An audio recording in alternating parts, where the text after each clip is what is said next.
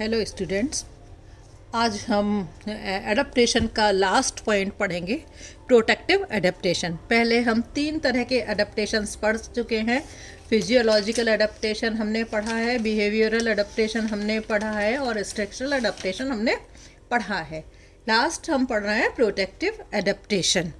प्राकृतिक शत्रुओं से बचाव हेतु उत्पन्न होने वाले अनुकूलनों को प्रोटेक्टिव एडेप्टेशन कहते हैं। ठीक है, तो प्रोडक्टिव एडेप्टेशंस जो है उनको हम 2 सीरीज में बांट सकते हैं। हम उनको 2 तरीके से पढ़ सकते हैं, एक तो जनरंजन कलरेशन और दूसरा मिमिक्री अनुहरण। मीन्स हमें जो सुरक्षा मिलती है वो 2 तरीके से मेनली मिलती है, एक तो कलरेशन के द्वारा और दूसरा मिमिक्री के द्वारा।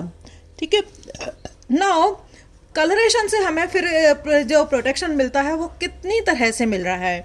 तो कलरेशन से हमें प्रोटेक्शन जो मिलता है वो 3 तरीके से मिल सकता है, एक तो काउंसिलिंग के द्वारा, दूसरा वार्निंग के द्वारा और तीसरा सिग्नल मार्क के द्वारा हमें प्रोटेक्शन मिलता है।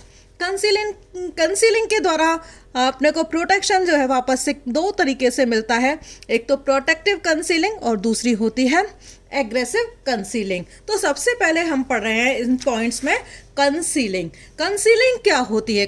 कंसीलिंग जब शरीर का रंग इस प्रकार का होता है कि वातावरण में होने के बावजूद भी जंतु अपने प्राकृतिक शत्रुओं को दिखाई नहीं देता है, तो इसे हम गोपक रंजक या कंसीलिंग कलरेशन इसको हम बोलते हैं। कभी कभी जो कलरेशन है वो प्रीडेटर्स में भी पाया जाता है, तो यह अपने शिकार को दिखाई नहीं देता है, वह शिकारी का शिकार बन जाता है। तो इस तरह से जो कंसीलिंग कलरेशन है वो दोनों प्रीडेटर्स में भी पाई जाती है और शिकार के अंदर भी वो पाई जाती है। यदि शिकार के अंदर होती है तो वो उसको सुरक्षा प्रदान करती है और यदि शिकारी के अंदर होती है तो वो उसको फूड मिलती है, फूड मिलने में सहायक रहता है। फॉर एग्जाम्पल, जैसे कि बहुत सारे एग्जाम्पल हैं, पोलर बियर है जो कि सफ़ेद रंग का होता है, कैमल है डेजर्ट में रहता है, मिट्टी के समान रंग का होता है, टाइगर और जेब्रास जो पाए जाते हैं उनके ऊपर लाइनें जो है पाई जाती हैं जो कि उनको कलरेशन की वजह से सुरक्षा प्रदान करती हैं। तो इस तरह से हमने देखा कि एक जब शिकारी में होता है तो फूड प्राप्ति में सहायक होता है और जब शिकार में कलरेशन होता है तो सुरक्षा मिलती है। तो इस हिसाब से जो कलरेशन है फिर अगेन 2 तरीके का होता है। कौन कौन सा? प्रोटेक्टिव कलरेशन और दूसरा है एग्रेसिव कलरेशन, कंसीलिंग।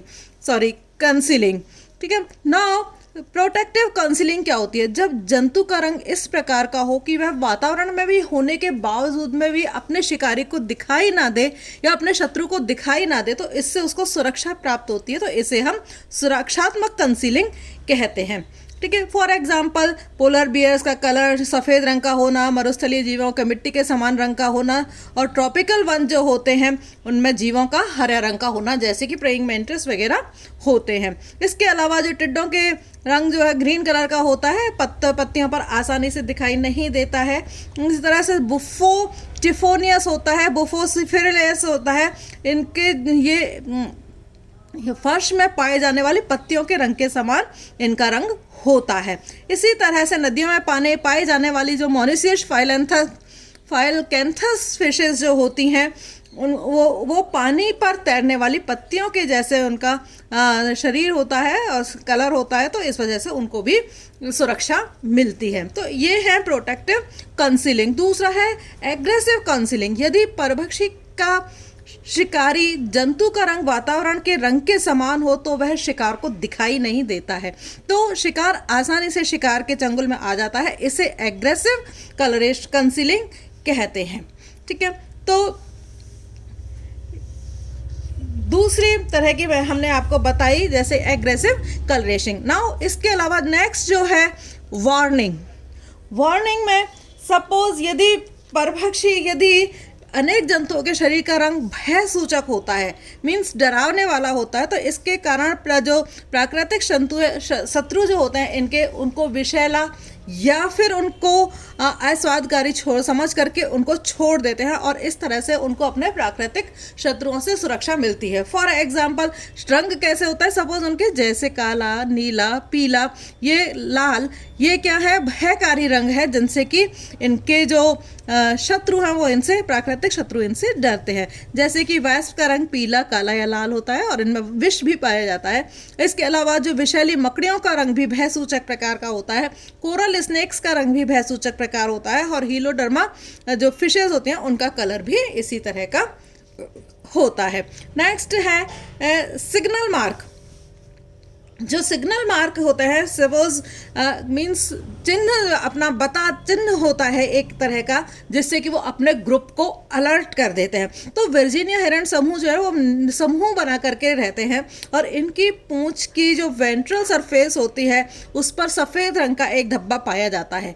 तो जब भी खतरे का उत्पन्न होने की इनको संभावना दिखती है तो कोई भी एक सदस्य पूंछ उठाकर इस चिन्ह को दिखा देता है, जिससे दूसरे सदस्यों को भी खतरे की उपस्थिति का आभास हो जाता है और वो वहां से भाग लेते हैं। तो इस तरह से जो काउंसलिंग होती है वो सिग्नल मार्क के द्वारा पता चल जाता है। ठीक है, नाउ अब हम पढ़ेंगे, ये अभी मैंने आपको कलरेशन पढ़ाया था। कलरेशन में मैंने आपको 3 तरह से बताया है, काउंसलिंग, वार्निंग और सिग्नल मार्क। काउंसलिंग मैंने फिर आपको 2 तरीके से बताई थी। प्रोटेक्टिव काउंसलिंग, जिसमें कि शत्रु को, जिसमें कि जो एनिमल है उसको सुरक्षा प्रदान होती है। एग्रेसिव में इसको एनिमल को फूड प्राप्ति होती है। वार्निंग के मैंने आप लोगों को कई सारे एग्जाम्पल आप लोगों को दिए हैं कि काला पीला रंग या ततैया है, वास्प है जैसे कि, एंड हीलोडर्मा है, एंड कोरल स्नेक्स हैं। और सिग्नल मार्क में हिरण जो है होता है उनको सिग्नल मार्क के द्वारा सुरक्षा मिलती है। ना अब मैं आप लोगों को पढ़ा रही हूँ मिमिक्री। मिमिक्री के बारे में सबसे पहले हेनरी वॉल्टर बेट्स ने 1862 में उन्होंने मिमिक्री के बारे में बताया था। ना मिमिक्री क्या होती है?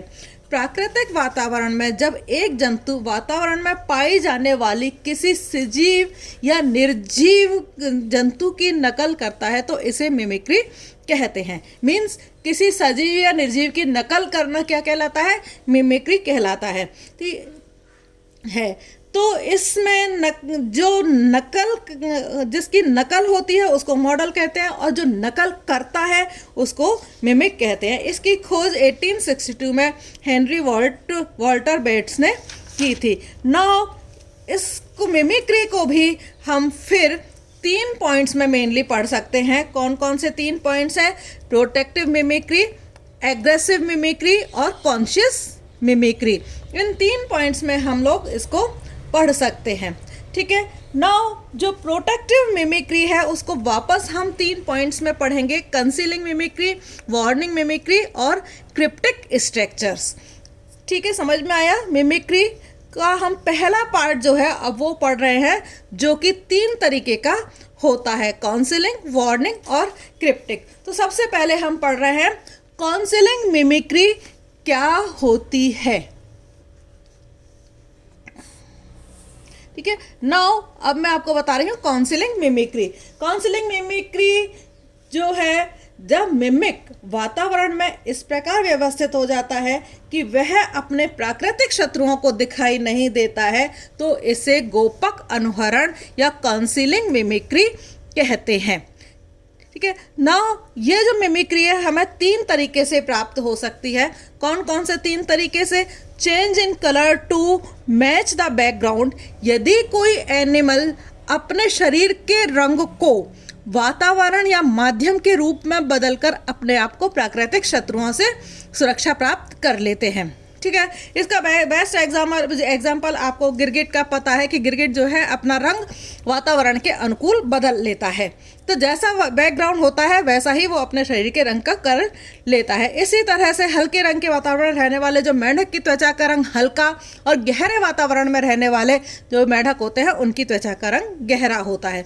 इसी तरह से पेप्लियो मैक्यून तितली जो होती है वो प्यूपा जब हरे रंग के तने पर पाया जाता है तो वो उनका कलर हरे रंग का होता है, और जब वो सूखी टहनियों पर पाया जाता है तो वो भूरे रंग के हो जाते हैं। और इसी तरह से समुद्री केकड़ा जो है क्रिप्टोलिथियोस जिसको हम कहते हैं, समुद्र तटों पर पाया जाता है, तो यह वहाँ के तट पर पाए जाने वाले सफ़ेद पत्थरों के जैसे इसका कलर होता है, तो ये वहाँ पर उनको दिखाई नहीं देता है।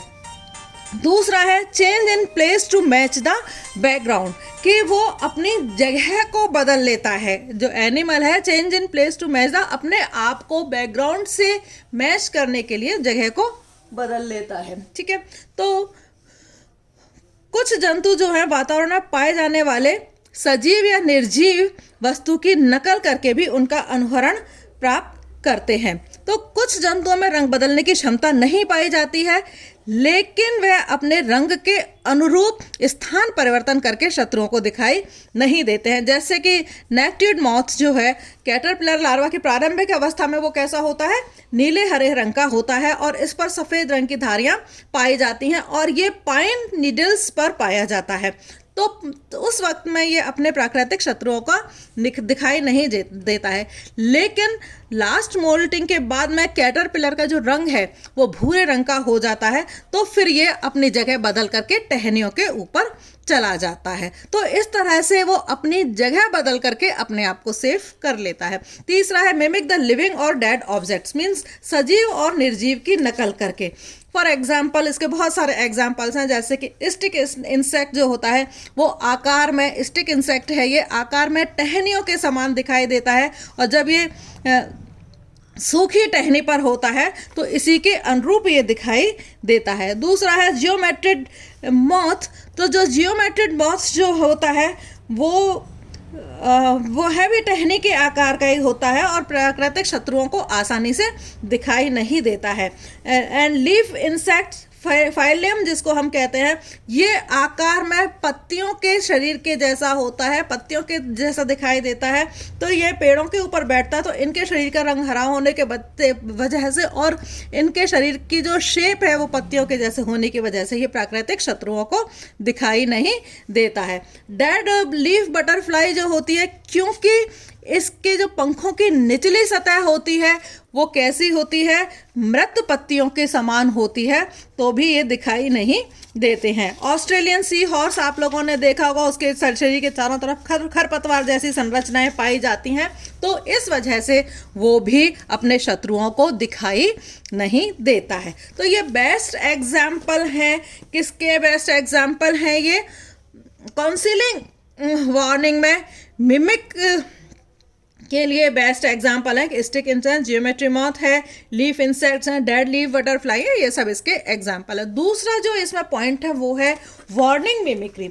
वार्निंग मिमिक्री में इनमें जो जंतु है वार्निंग के माध्यम से अपने को सुरक्षा प्रदान करता है। तो इस प्रकार के मिमिक्री में एक जो विषहीन जंतु है वो विषैले जंतु की नकल करके, और एक जो अनपैलेटेबल एनिमल है वो पैलेटेबल एनिमल की नकल करके, जो पैलेटेबल एनिमल है वो पैलेटेबल एनिमल की नकल करके सुरक्षा प्रदान कर लेते हैं। जैसे नॉन पॉइजनस है वो कैसा दिखाई देने लग जाता है, अपने आप को खुद को कैसा शो करता है, जैसे कि बहुत पॉइजनस हो।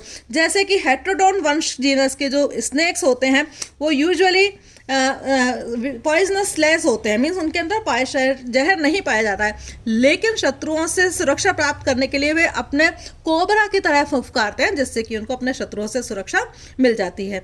इसी तरह से जो कोलिब्रिडी वंश के जो विषहीन कोरल सर्प हैं, इनको अपनी सुरक्षा कैसे मिलती है, एलेपीडी समूह के जो विषैले सर्प होते हैं उनकी नकल करके ये अपने आप को सुरक्षा लेते हैं। तो इसी तरह से बहुत सारे एग्जाम्पल है। कुछ मकड़ियां हैं वो चींटियों के समान दिखाई देती हैं, तो इन मकड़ियों को, तो वो चींटियों के साथ ही रहती हैं, तो इन मकड़ियों को उनसे अपने प्राकृतिक शत्रुओं से सुरक्षा मिल जाती है। इसी तरह से लेमेंटिस एक पैलेटेबल बटरफ्लाई है, लेकिन वो अनपैलेटेबल बटरफ्लाइज के साथ में रहती है और अपनी सुरक्षा वो प्राप्त करती है। ठीक है, तो बहुत सारे एग्जाम्पल्स मैंने आपको वार्निंग मिमिक्री के बताए हैं, जैसे कि लेमेंटिस का है, स्पाइडर्स का है, स्नेक्स का है। ठीक है, तो अब मैं आप लोगों को आपको बता रही हूँ क्रिप्टिक स्ट्रक्चर्स। कुछ जंतुओं में इस तरह की संरचनाएं पाई जाती हैं जिन्हें देखकर परभक्षी या शत्रु घबरा जाता है या कंफ्यूज हो जाता है। तो इस प्रकार की संरचनाओं को क्रिप्टिक संरचनाएं कहते हैं। क्रिप्टिक संरचनाएं हैं वो दो तरीके से मिल सकती हैं, एक तो आई स्पॉट की फॉर्म में और दूसरे डमी हेड की फॉर्म में। तो आई स्पॉट्स जो है, कुछ तितलियों के ऊपर आई स्पॉट्स के जैसी संरचना दिखाई देती है, तो इनको देख करके शत्रु भाग जाते हैं। इसी तरह से जो कोमल कछुए टर्टल्स जो होते हैं बर्मा के, उनके ऊपर भी आई स्पॉट्स पाए जाते हैं जिनसे कि इनके प्राकृतिक शत्रु जो है उनको देख करके डर के भाग जाते हैं। इसी तरह से डमी हेड, कुछ जंतुओं में जो सुरक्षा का एक विचित्र तरीका पाया जाता है। क्या होता है कि इनमें जो वास्तविक सिर होता है वो अस्पष्ट होता है और पश्च जो पोस्टीरियर साइड जो होती है वो नेत्र के समान हो जाती है और डमी हेड इसको हम कहते हैं। तो जो कोई भी प्रीडेटर जो है वो ज़्यादातर इनके ऊपर इनके पोस्टीरियर साइड से अटैक करता है और इसी पोस्टीरियर साइड से अटैक करने के बाद में जंतु को तुरंत पता चल जाता है और वो वहाँ से भाग खड़ा होता है। फॉर एग्जाम्पल थेकला वंश की जो तितलियां हैं उनका पश्च शिरा जो है, देखिए आप, ये एंटीरियर साइड है, ये पोस्टीरियर साइड है, लेकिन दोनों दिखने में कैसी लगती हैं, एक जैसी इनको दिखाई दे रही हैं। इसी तरह से लैंटर्न बटरफ्लाई जो है, लैंटर्न फ्लाई का जो पश्च शिरा है, आप देखेंगे दोनों तरफ से ही इसमें एंटीना जैसी संरचनाएं दिखाई देती हैं। तो इस वजह से जो प्रीडेटर है उनका वो पहचान नहीं पाते हैं कि इनका एंटीरियर साइड कौन सा है और पोस्टीरियर साइड कौन सा है। इसी तरह से ट्रिनिडाड लिनिस के भी पश्च सिरे पर मिथ्या डमी हेड पाया जाता है और इस पर श्रृंगिकाओं के जैसी संरचनाएं जो हैं वो पाई जाती हैं, जिससे कि प्रीडेटर्स जो है वो इनको पहचान नहीं पाते हैं और वहाँ से भाग जाते हैं। और इस तरह से एनिमल्स जो हैं वो अपने क्रिप्टिक स्ट्रक्चर्स की वजह से एनिमल सुरक्षा पाता है। ठीक है, नाउ इसमें दूसरा जो पॉइंट है, ये मैंने अभी आपको प्रोटेक्टिव मिमिक्री बताई थी, अब मैं आप लोगों को बता रही हूँ एग्रेसिव मिमिक्री। तो इस प्रकार की जो मिमिक्री है या अनुहरण है वो परभक्षियों द्वारा व्यक्त किया जाता है, प्रीडेटर्स के द्वारा होता है और ये अपने प्रे जो शिकार होता है उसको ये दिखाई नहीं देते हैं। शिकार जो है अज्ञानतावश इनके पास में चला जाता है और उनका भोजन बन जाता है, तो इसलिए इसे आक्रामक अनुहरण कहते हैं। आक्रामक अनुहरण वापस दो तरीके का होता है, गोपक अनुहरण और एल्यूरिंग या मोहक अनुहरण जिसको हम कहते हैं। गोपक अनुहरण कंसीलिंग मिमिक्री, जब परभक्षी वातावरण में होते हुए भी अपने शिकार को दिखाई नहीं देता है तो इसे हम क्या कहते हैं, कंसीलिंग मिमिक्री कहते हैं। फॉर एग्जाम्पल कुछ मकड़ियाँ जो हैं वो शेप और कलर में फूलों के जैसी होती हैं और वो फूलों के बीच में इन्हें देख पाना बहुत मुश्किल होता है, तो कोई भी इंसेक्ट इनके पास में इनको फूल समझ करके आता है और लेकिन ये मकड़ियों का शिकार हो जाते हैं। इसी तरह से एल्यूरिंग मिमिक्री होती है कि कभी कभी जो प्रीडेटर्स होते हैं उनके क्रियाएं इस तरह की होती हैं कि जो शिकार है वो इनके नज़दीक चला हुआ आता है। फॉर एग्जाम्पल पिचर प्लांट का नाम आप लोगों ने सुना होगा। कुछ मकड़ियाँ जो हैं आकार में ऑर्किड पुष्प के जैसे दिखाई देते हैं, तो इंसेक्ट जो है इनकी ओर आकर्षित होता है और इनके पास में चला आता है। इसी तरह से अमेरिकन हॉर्न जब जो पानी में बैठ करके उंगली से पानी में तरंगें उत्पन्न करता है तो इन तरंगों की ओर से शिकार जो है आकर्षित होता है और वो शिकारी उसका भक्षण कर लेता है। नाउ थर्ड जो पॉइंट है इसमें सिमुलेशन टू डेथ और कॉन्शियस मिमिक्री। कुछ जंतु परभक्षी जो हैं या शत्रु के आने पर भी मृत होने का अभिनय करते हैं। ठीक है, तो जैसे फॉर एग्जांपल जो बीटल्स हैं, जब उनके पास में कोई शत्रु आता है तो ये ऐसे हो जाती हैं जैसे कि बिल्कुल डेड हों। इसी तरह से अमेरिकन ओपोसम जो है वो खतरे के समय पर बिल्कुल मृत प्राय होने का अभिनय करता है। तो इस तरह के मिमिक्री को क्या कहते हैं, सिमुलेशन टू डेथ और कॉन्शियस मिमिक्री जो है इसको हम कहते हैं। नाउ अनुहरण के लिए दो थ्योरीज दी गई हैं, एक तो बैट्सियन थ्योरी और दूसरी है मुलेरियन थ्योरी। बैट्सियन थ्योरी जो है वो बैट्स के द्वारा दी गई थी और मुलेरियन थ्योरी एफ मुलर के द्वारा 1879 में दी गई थी। तो बैट्सियन थ्योरी के अकॉर्डिंग जो पैलेटेबल स्पीशीज़ हैं वो नॉन पैलेटेबल स्पीशीज़ की नकल करके अपने शत्रुओं से अपनी रक्षा या सुरक्षा प्राप्त करती हैं। एंड मुलेरियन स्पीशीज़ में मिमिक्री में क्या होता है, इस प्रकार के मिमिक्री की खोज जो है एफ मुलर ने की थी। इनके अकॉर्डिंग यदि दो या दो से अधिक अनपैलेटेबल स्पीशीज एक दूसरे के समान दिखाई देती हैं, तो बाकी जितनी भी स्पीशीज हैं परभक्षी जो है उन सबको सुरक्षा प्रदान हो जाती है। ठीक है, नाउ अब मैं आप लोगों को बता रही हूँ एडप्टिव रेडिएशंस। क्या मतलब है एडप्टिव रेडिएशन का? कि एक समूह के जंतु यदि भिन्न भिन्न आवासों हेतु अनुकूलित हो जाते हैं, जो जैसा कि हमने स्ट्रक्चरल एडप्टेशन में पढ़ा था कि जो मैमल्स हैं वो डिफरेंट हैबिटेट में रहने के लिए अनुकूलित हो गए थे, तो उनमें संरचनात्मक अनुकूलन हो जाता है और इनमें संरचनात्मक विभिन्नताएं पाई जाती हैं, तो इसे हम एडप्टिव रेडिएशंस कहते हैं। तो एडप्टिव रेडिएशंस होने का फ़ायदा क्या होता है कि फूड के लिए और शेल्टर के लिए जो इस प्रतिस्पर्धा है वो इनके कम हो जाती है। इससे adaptive law of adaptive radiations या एडप्टिव रेडिएशन का नियम कहते हैं। ये नियम 1898 में हेनरी ऑसबॉर्न के द्वारा दिया गया था।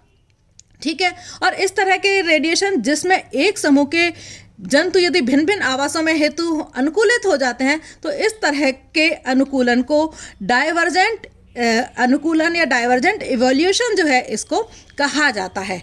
फॉर एग्जाम्पल मैमल्स में एडप्टिव रेडिएशंस, मैमल्स में आप लोगों ने स्ट्रक्चरल एडप्टेशन पढ़ाया था, तो बताया था मैंने कि जो मैमल्स हैं उनके अंदर आर्बोरियल एडप्टेशन भी पाया जाता है, एरियल एडप्टेशन भी होता है, एक्वेटिक जैसे कि फिश वेल वगैरह है, फॉसोरियल जैसे कि गिलहरी वगैरह है, कर्सोरियल एडप्टेशन धावक अनुकूलन जैसे कि घोड़े वगैरह हैं, उनके अंदर अनुकूलन पाया जाता है वो एक ही उसके मैमल्स के, लेकिन ये अपने रहने की वजह से अलग अलग जगहों पर रहने के लिए ये अनुकूलित हो जाते हैं। इसी तरह से जो अनुकूलन जो विकिरण का जो संबंध है वो होमोलॉजी से होता है। ये विभिन्न आवासों में रहने के बाद में भी इनकी जो बेसिक स्ट्रक्चर्स हैं वो एक जैसी होती हैं और इसी वजह से इनमें होमोलोगस जो हैं ये होते हैं। फॉर एग्जाम्पल हिरण के पाद व चमगादड़ के पाद क्या है वो होमोलोगस होते हैं। इसी तरह से जो फिंचेस बर्ड्स के अंदर भी एडप्टिव रेडिएशंस पाया जाता है। डाइवर्जेंट एडप्टिव रेडिएशन पाया जाता है। गैलापागोस द्वीप पर 12 तरह की फिंचेस, बर्ड का नाम है फिंचेस, वहाँ वो पाई जाती हैं और इनकी जो चोंच है वो अलग अलग तरह की होती है। ये चोंच जो है भोजन की प्रकृति के अनुसार जो है अनुकूलित हो जाती है और इस वजह से यहाँ पर एक ही द्वीप पर रहने के बाद में भी इनकी जो फूड के प्रति प्रतिस्पर्धा है वो कम हो जाती है। इसी तरह से एडप्टिव रेडिएशन इन इंसेक्ट्स में भी एडप्टिव रेडिएशन पाया जाता है। इनके जो माउथ पार्ट्स हैं वो अलग अलग तरह के होते हैं। किसी में बाइटिंग एंड च्यूइंग टाइप होते हैं, किसी में पर्सिंग टाइप के और सकिंग टाइप के होते हैं, किसी में स्पून टाइप के होते हैं। तो ये एक ही फाइलम के एनिमल्स हैं इंसेक्ट के, लेकिन ये अलग अलग प्रकार के जगहों में रहने के लिए अलग अलग तरह के फूड को लेने के लिए अनुकूलित हो गए हैं। ठीक है, नाउ दूसरा है कन्वर्जेंट इवोल्यूशन का मतलब क्या है कि एक से वातावरण में निवास करने के कारण जो डिफरेंट टैक्सोनॉमिक रैंक के एनिमल्स हैं उनमें समान प्रकार के जो अनुकूलन है उनका विकास हो जाता है। मीन्स डिफरेंट टैक्सोनॉमिक रैंक है लेकिन अडप्टेशंस जो हैं वो उनकी एक जैसी हैं। इसे कन्वर्जेंट इवोल्यूशन या एडप्टेशन इसको हम कहते हैं। फॉर एग्जांपल जलीय जो है वर्टिब्रेट्स हैं उनके अंदर कन्वर्जेंट एडप्टेशन पाया जा सकता है, जैसे कि शार्क मछली है। शार्क मछली क्या है? मैमल्स है। इक्थियोफिल जो रेप्टाइल है एंड फिश जो है वो पिसीज ग्रुप से आती है। तो इन सब के जो फिश है, शार्क, इक्थियोसोर, रेप्टाइल और मैमल्स, सब में ये तीनों ही पानी के अंदर पाए जाते हैं, लेकिन इनके जो अनुकूलन है, इनके अंदर पेक्टोरल फिन्स का पाया जाना, स्टीम बॉडी लाइन बॉडी होना, ये इनके अनुकूलन एक जैसे होते हैं। इसी तरह से हवा में उड़ने के लिए जो विंग्स हैं वो पंख की संरचना समान पाई जाती है, चाहे वो किसी भी टैक्सोनॉमिक रैंक के हों, चाहे वो इंसेक्ट्स हों, चाहे वो रेप्टाइल्स हों, चाहे वो बर्ड्स हों, चाहे वो वायवीय मैमल्स हों। तो सब में जो विंग्स की संरचना है, इंसेक्ट्स में भी विंग्स पाए जाते हैं एंड रेप्टाइल्स में भी विंग्स पाए जाते हैं, मैमल्स में भी विंग्स पाए जाते हैं और बर्ड्स में भी विंग्स पाए जाते हैं। लेकिन इनकी जो विंग्स की बेसिक स्ट्रक्चर होती है वो पंख के समान संरचना जो है, सब में इनमें जो भी एनिमल्स हैं इनके अंदर क्या पाई जाती है, पंख के समान संरचना जो है पाई जाती है। तो इस तरह के अलग अलग टैक्सोनॉमिक रैंक हैं, कोई एवीज का है, कोई मैमल्स का है, कोई रेप्टाइल का है, कोई इंसेक्ट्स है, तो अलग अलग टैक्सोनॉमिक रैंक हैं, लेकिन विंग्स जो हैं उनके सबके अंदर पाए जाते हैं। तो इस तरह के इवोल्यूशन को क्या कहते हैं, कन्वर्जेंट इवोल्यूशन इसको हम कहते हैं। ठीक है, नाउ शॉर्ट में मैं आप लोग को ये डायग्राम बता रही हूँ। दो तरह से है, रंजन, अनुहरण, mimicry, counselling, warning, signal mark. Counselling वापस दो तरह की है, प्रोटेक्टिव और एग्रेसिव, फिर वार्निंग है एंड फिर सिग्नल मार्क है। जो काउंसिलिंग है उसके मैंने एग्जाम्पल्स जो है यहाँ पर दे रखे हैं आप लोगों को। यहाँ पर वार्निंग जो मिमिक्री है उसके एग्जाम्पल हैं, और यहाँ पर क्रिप्टिक जो स्ट्रक्चर्स हैं उनके एग्जाम्पल्स जो हैं वो मैंने आपको यहाँ पर दिए हैं। दूसरा एग्रेसिव मैंने आपको बताया था, दो तरह की है, कंसीलिंग मिमिक्री और एल्यूरिंग मिमिक्री। ठीक है, कंसीलिंग मिमिक्री के एग्जाम्पल्स जैसे कि स्पाइडर शेप एंड साइज है, स्पाइडर्स के शेप जो है वो फॉल फ्लावर्स के लाइक है, सिमुलेशन टू डेथ जो है, फिर पॉइंट जो है next simulation to death. Example जो है इसके बीटल्स हैं, अमेरिकन ओपोसम है, और ये फिर मैंने आपको हाइपोथेसिस दो बताई थी, बैट्सियन और मुलेरियन हाइपोथेसिस जो है वो मैंने आप लोगों को बताई है। ठीक है, थैंक यू।